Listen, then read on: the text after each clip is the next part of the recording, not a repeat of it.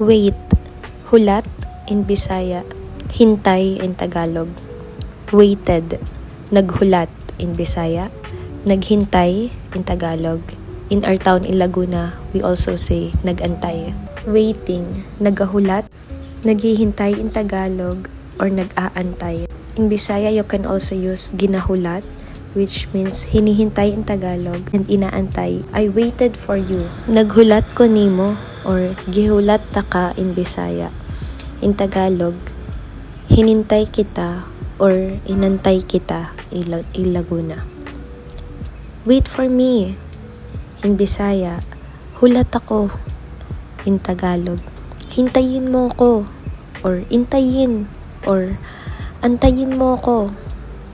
In Laguna, you can simply say, paantay.